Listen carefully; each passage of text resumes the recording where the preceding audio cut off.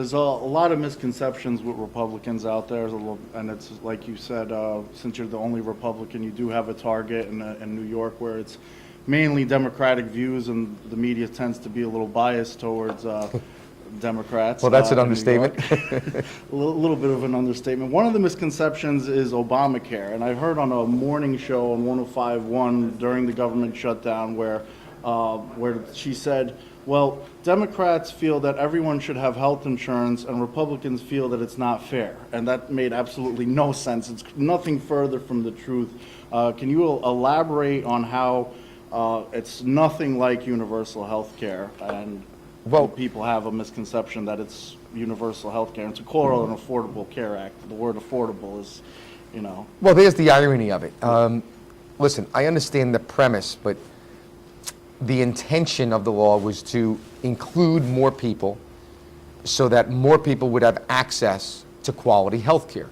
And those intentions, I can't argue with, those are good intentions, but it's often said the road to hell is paved with good intentions. Well, this bill is anything but the good things that it was intended to be.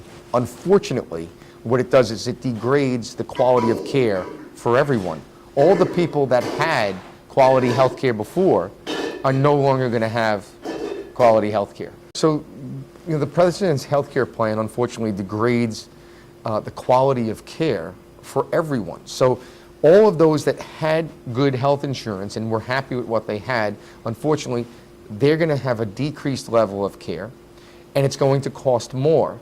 And the very people that we were expecting to help, right, that the Democrats said we were going to help, are actually not getting help, because when they find out that their co-payments are much, much higher than they can ever afford, then they're unfortunately still going to the emergency room. So this bill hasn't done what it said it was going to do, but it has degraded health care for everyone.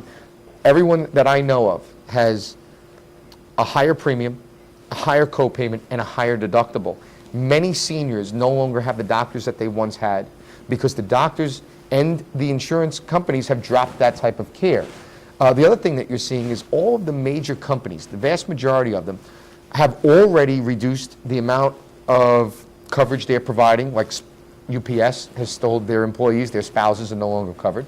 And many others are considering dropping the coverage they have and putting everyone into the exchanges. So unfortunately for the United States, we are on our way to a single-payer system if we don't stop this train wreck. And it really does mean much less care at a much higher cost. And very few people are going to be happy about this. And what I think is actually going to happen is it's going to collapse under its own weight. As more Americans see the disaster and train wreck that this legislation is, the public outcry will be overwhelming.